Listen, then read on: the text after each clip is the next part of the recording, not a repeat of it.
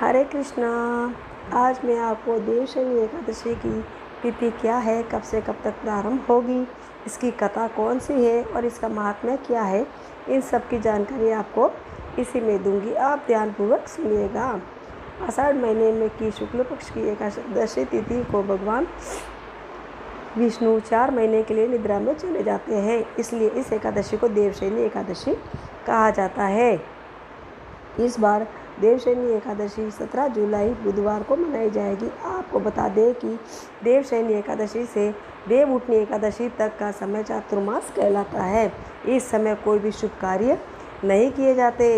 इन दिनों सृष्टि का कार्यभार देवों के देव भगवान शिव के हाथों में होता है। तिथि के दिन भगवान विष्णु और माँ लक्ष्मी जी की पूजा की जाती है। कहते हैं कि इस दिन भगवान विष्णु क्षीर सागर के निद्रा में चले जाते हैं। इस एकादशी पर एक उपाय भी फल देते हैं। यह 4 महीने चातुर्मास कहलाते हैं, जिनमें विवाह है, गृह प्रवेश है आदि शुभ कार्य वर्जित माने जाते हैं।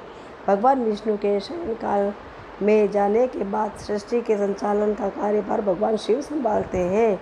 इसलिए चातुर्मास के 4 महीने को विशेष रूप से शिव जी की उपासना फलदायी। इसलिए इस दिन भगवान विष्णु की पूजा करेंगे तो माँ लक्ष्मी जी खुद ही खींची चली आएगी। इसलिए इस दिन शाम के समय पीपल के पेड़ के नीचे एक दिया जलाना चाहिए। ऐसा कहा जाता है कि पीपल के पेड़ पर इस दिन भगवान विष्णु साक्षात विराजमान होते हैं। एकादशी पर एक उपाय भी फल देते हैं। कब से कब तक एकादशी तिथि है ये बताती हूँ मैं आपको। एकादशी तिथि 16 जुलाई सायकाल के समय 8:33 से प्रारंभ हो रही है, तो 17 जुलाई शाम 9:02 पर समाप्त होगी। अतः उदया तिथि के अनुसार 17 जुलाई को देवशयनी एकादशी का व्रत रखा जाएगा। यह मैं आपको देवशयनी एकादशी का महात्म्य बताती हूँ। राजन, आषाढ़ शुक्ल पक्ष की एकादशी का नाम शयनी है। मैं उसका वर्णन करता हूँ।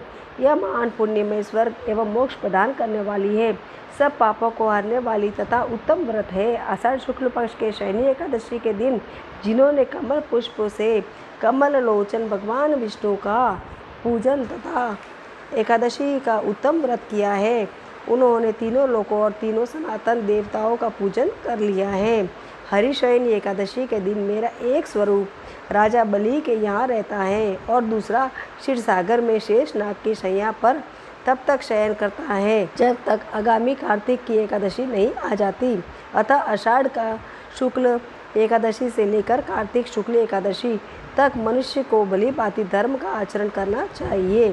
जो मनुष्य इस व्रत का अनुष्ठान करता है वह परम गति को प्राप्त होता है।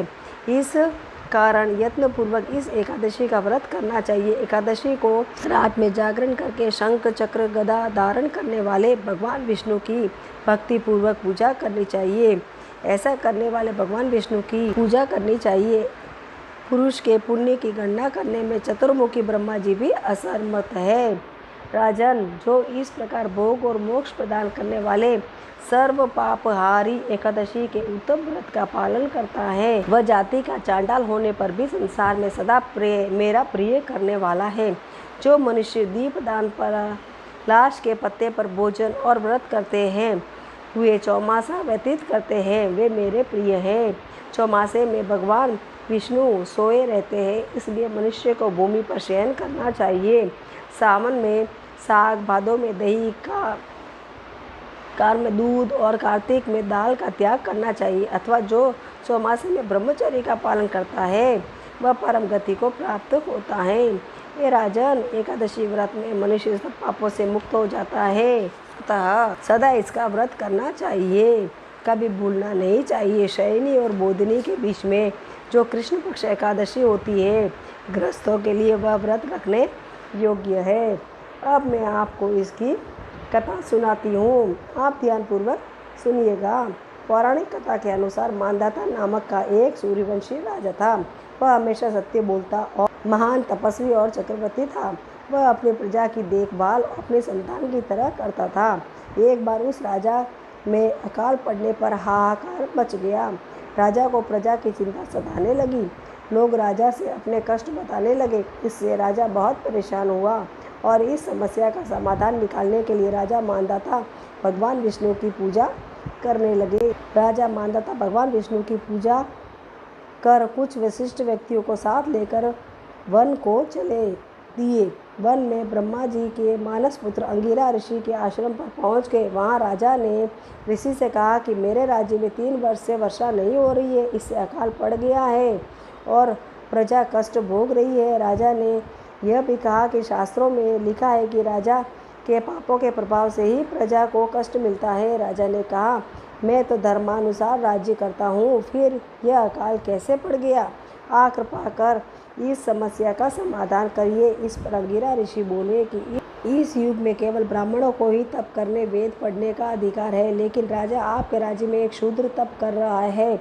इसी दोष के कारण आपके में वर्षा नहीं हो रही है। अगर आप प्रजा का कल्याण चाहते हैं तो शीघ्र ही उस शूद्र को वध करवा दे। राजा मानदाता ने कहा कि किसी निर्दोष मनुष्य की हत्या करना मेरे नियमों के विरुद्ध है। आप और कोई दूसरा उपाय बताइए। ऋषि ने राजा से आषाढ़ माह के शुक्ल पक्ष की देवशयनी नाम की एकादशी का विधान पूर्वक व्रत करने को कहा। यह बोले, इस व्रत के प्रभाव से तुम्हारे राज्य में बारिश होगी और प्रजा भी पहले की तरह सुखी जीवन यापन कर पाएगी। राजा ने देवशयनी एकादशी का व्रत पूजन का नियम अनुसार पालन किया, जिससे प्रताप से राज्य में फिर से खुशहाली लौट आई। कहते हैं, मोक्ष की इच्छा रखने वाले मनुष्यों को इस एकादशी का व्रत करना चाहिए। इस प्रकार मेरी एकादशी की कथा भी समाप्त हुई। अब मैं आपको बताती हूँ कि एकादशी तिथि के दिन क्या और क्या नहीं खाना चाहिए। एकादशी के दिन लहसुन प्याज का सेवन नहीं करना चाहिए, क्योंकि इसके इस्तेमाल से गंध युक्त और मन में काम भाव बढ़ाने की क्षमता के कारण इसे अशुद्ध माना गया है। एकादशी और द्वादशी तिथि के दिन बैगन खाना अशुभ फलदायी माना गया है। मांस और मदिरा का सेवन भी एकादशी के दिन नहीं करना चाहिए, क्योंकि शास्त्रों में माना गया है कि इस दिन सेवन करने से आपको नरक में जाना पड़ता है। ब्रह्मवैवर्त पुराण में ब्रह्मखंड में से कहा गया है कि एकादशी के दिन सेम नहीं खाना चाहिए, क्योंकि इस दिन इसका सेवन करना आपके संतान के लिए हानिकारक हो सकता है। इस प्रकार मेरा महात्म्य, समय और कथा पूरी हुई। हरे कृष्णा। दोस्तों, मेरा गला खराब होने के कारण फिर भी मैंने विष्णु भगवान की कथा आपके सामने कही है, इसलिए अगर इसमें कुछ भी त्रुटि हुई है तो अपनी इस बहन को क्षमा कर देना। राधे राधे।